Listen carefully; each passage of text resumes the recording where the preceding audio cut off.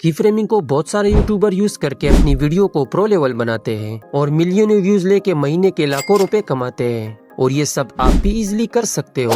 तो ओनली की फ्रेमिंग को यूज करके मैंने ये वाली क्लिप बनाई है। तो सबसे पहले आप ये देखें। इस तरह की वीडियो एडिटिंग बड़े यूट्यूबर अपनी पेड कोर्सेज में बताते हैं, बट मैं आपको बिल्कुल फ्री में बताने वाला हूँ, और वो भी मोबाइल कैपकट से। तो वीडियो एंड तक देखनी है, तो चलो स्टार्ट करते हैं। सबसे पहले आपने कैपकट की ऐप को ओपन कर लेना है। अब यहाँ पर न्यू प्रोजेक्ट पे क्लिक कर लेना है। अब यहाँ पर आपने अपनी बैकग्राउंड सेलेक्ट कर लेनी है। मैं ये वाला कर लेता हूँ, आप कुछ भी कर लें।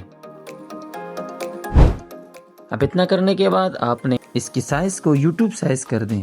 अब इस बैकग्राउंड को स्क्रीन में एडजस्ट कर दें। अब इसकी टाइमलाइन को बढ़ा देते हैं। बिगिनर बनने के लिए आपको बेसिक समझना पड़ेगा, तभी तो आप अच्छी एडिटिंग सीख लोगे। अब ये करने के बाद आपने इसकी पिक्सल 1080 कर लेनी है ताकि ये HD क्वालिटी में हो जाए। अभी इसकी बैकग्राउंड की कलर को एडजस्ट करेंगे तो ज्यादा बेहतर रहेगा। इसके बाद आपने ऐड ओवरले पे क्लिक कर लेना है और यहाँ से आपने एक स्क्रीन PNG को सिलेक्ट कर लेना है। अब इसकी साइज को एडजस्ट कर देना है। इस स्क्रीन PNG को आप खुद भी पिक्सल लैब में बना सकते हो, इसका तरीका लास्ट में बताऊंगा। अब इसकी टाइमलाइन को भी बढ़ा देते हैं। यहाँ कैपकट की एंडिंग को आपने डिलीट कर देना है। अब आपने ऐड ओवरले पे वापसी से क्लिक कर लेना है। अब यहाँ पर जितने भी आपके पिक्चर्स वगैरह आपने इसमें लगाने हैं, इन सब को आपने सेलेक्ट कर लेना है। आप इसमें वीडियो डालो या पिक्चर डालो, एक ही बात है। मैं तो एग्जाम्पल के लिए आपको पिक्चर्स बता रहा हूँ। अब जितनी भी पिक्चर है इन सब को ऐड कर लेते हैं ताकि बार बार इसके पीछे ना आना पड़े। अब ये जितनी भी ओवरले हैं इन सब की टाइमलाइन को सेट कर देते हैं। देखो ब्रो, अगर आपकी की फ्रेमिंग अच्छी होगी तो आपकी वीडियो में जो भी मोमेंट आप करना चाहते हो वो बेस्ट मोमेंट बन जाएगा। लेकिन अगर आप की फ्रेमिंग को सही से नहीं लगाते हो तो आपकी वो वीडियो अच्छे से नहीं बन पाएगी। तो की फ्रेमिंग को स्टेप बाय स्टेप बताऊंगा। तो यहाँ से मैंने वीडियो को थोड़ा फास्ट किया हुआ है ताकि वीडियो ज्यादा लंबी ना हो जाए। अब ये जितनी भी ओवरले है इन सब की टाइमलाइन को हमने स्टेप बाय स्टेप सेट कर लिया है। अब ये जितनी भी इमेज वाली ओवरले है इन सब को स्टेप बाय स्टेप इस PNG स्क्रीन मॉनिटर में एडजस्ट करेंगे। देखो ब्रो, आप इस ओवरले या लेयर को आगे पीछे बाद में भी कर सकते हो। इस स्क्रोलिंग पार्ट में और कोई चीज नहीं ऐड होगी, बस इसी ओवरले से हम लोग इस स्क्रोलिंग पार्ट को बनाएंगे। बट आपने कोई पार्ट मिस नहीं करना। अब ये सारी इमेजेस को अपनी मॉनिटर स्क्रीन में एडजस्ट कर रहे हैं। इसके बाद इसकी लेयर को भी सेट करेंगे और इसके ओवरले को भी सेट करेंगे। फिर इसके बाद इसको की फ्रेमिंग देंगे।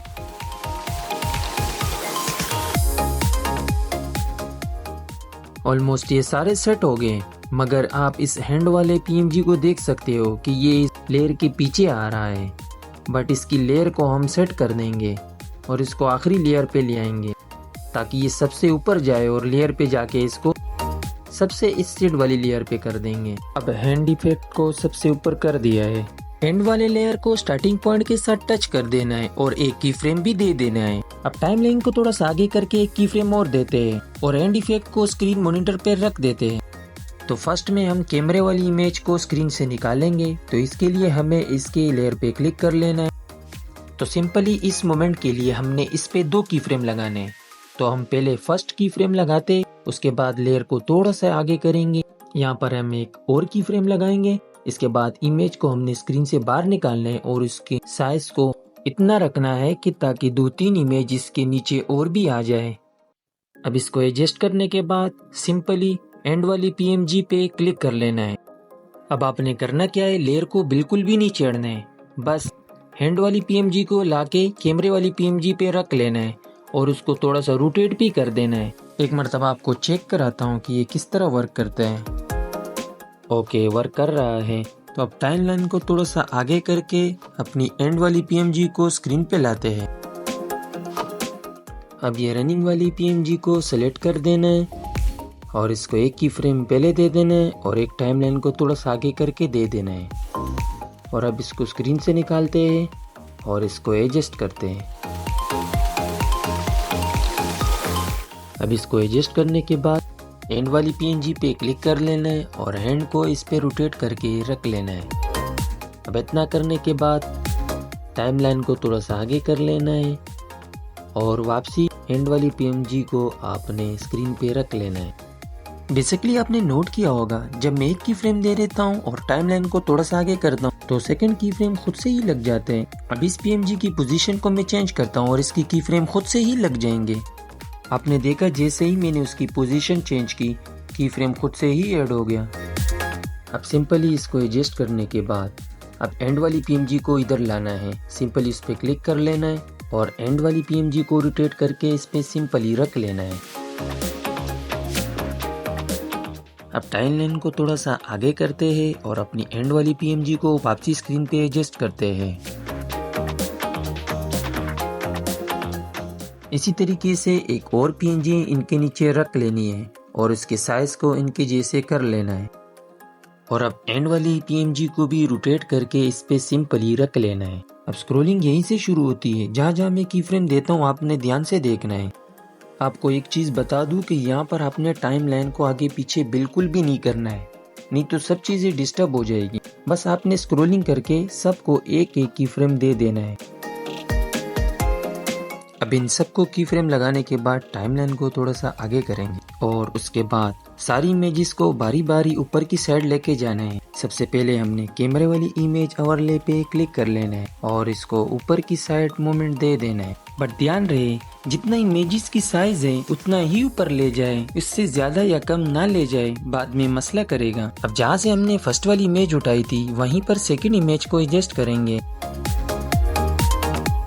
इसके बाद सेकंड इमेज की जगह पे थर्ड इमेज को एडजस्ट करेंगे। अब ये सेट करने के बाद थर्ड इमेज की जगह पे फोर्थ इमेज को सेट करेंगे।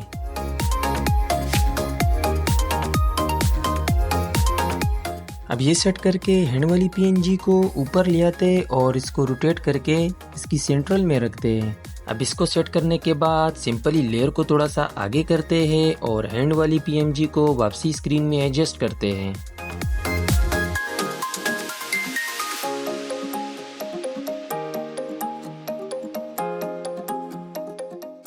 अब सिंपली इस इमेज को भी यहाँ एक की फ्रेम देते हैं और टाइमलाइन को थोड़ा सा आगे करते हैं और इसको नीचे ले आते हैं।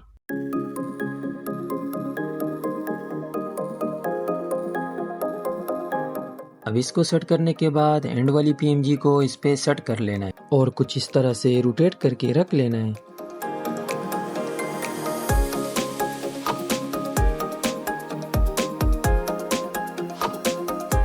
अब फिर से जितनी भी इमेजेस हमने स्क्रीन से निकाली है इन सब ओवरलेस को एक एक की फ्रेम दे देना है।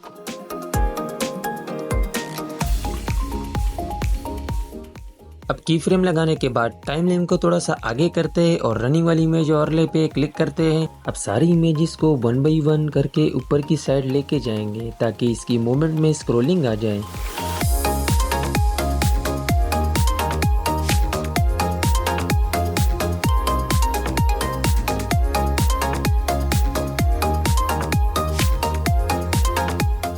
अब हैंड पीएनजी को भी सेट कर देते हैं। अब टाइमलाइन को आगे करते हैं और हैंड वाली पीएमजी को स्क्रीन पर वापसी रखते हैं।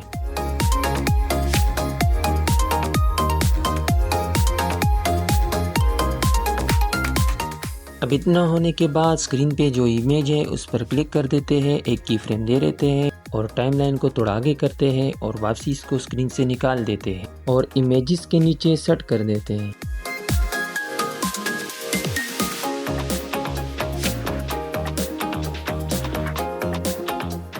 अब एंड वाली पीएनजी रोटेट करके इस पे सेट कर देते हैं।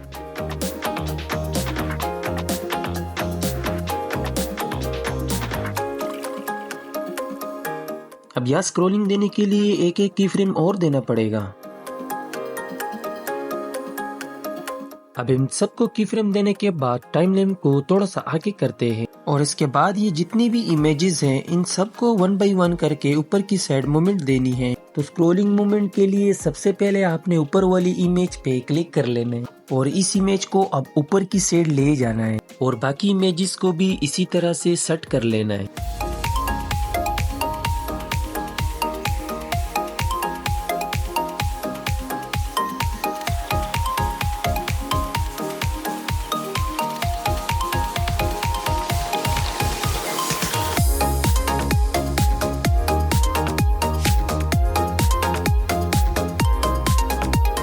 अब सारी इमेजेस को सेट करने के बाद हैंड वाली PNG को रोटेट करके इस पे रख लेना है।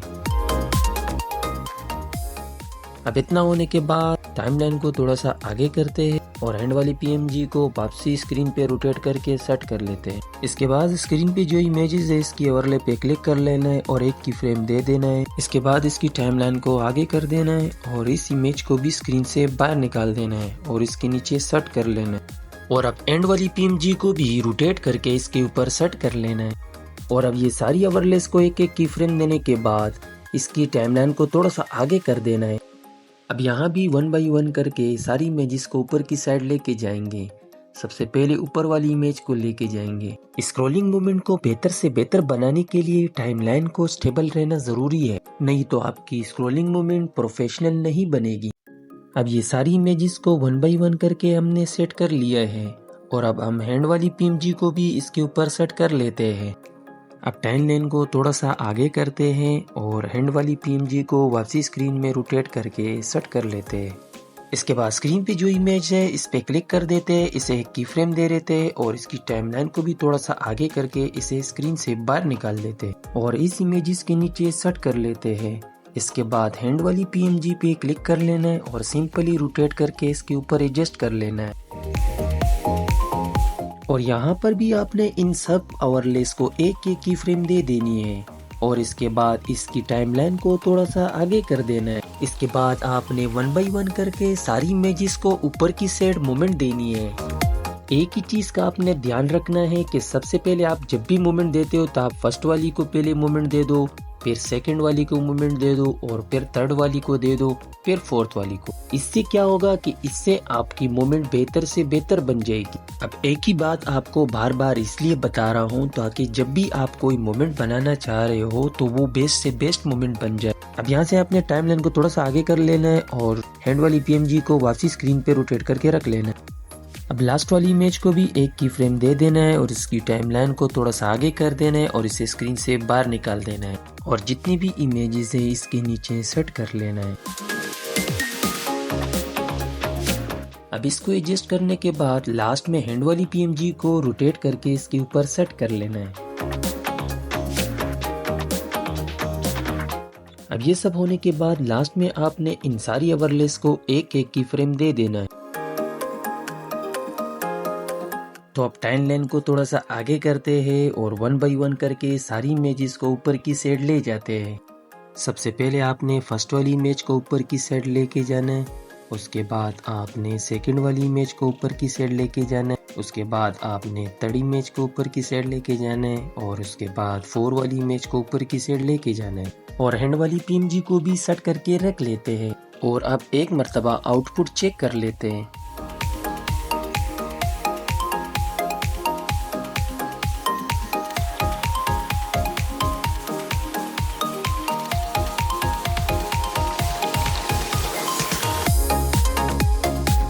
और एक मर्तबा फाइनल आउटपुट चेक करते हैं।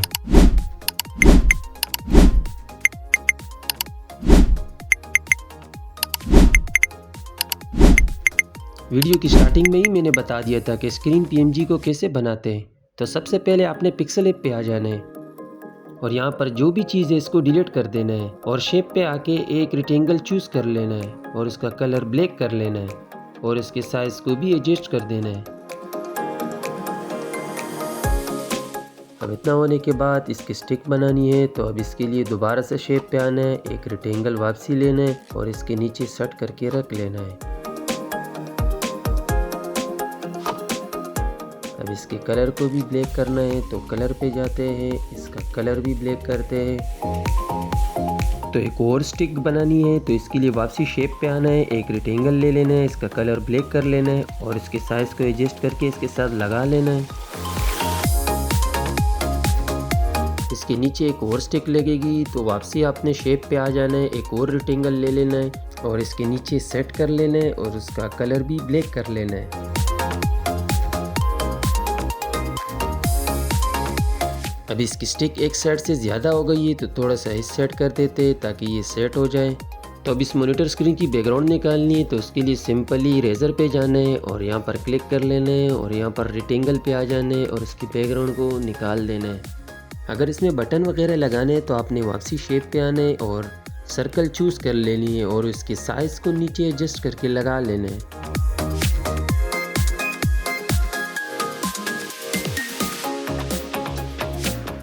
अब इस सर्कल को सेट करने के बाद आपने इसकी कॉपी कर लेनी है, एक और लगा लेना है और इसको PNG में सेव कर देना है और ये हमारी स्क्रीन PNG बन चुकी है। तो यहाँ तक वीडियो देखने के लिए शुक्रिया। तो मिलते हैं नेक्स्ट वीडियो में।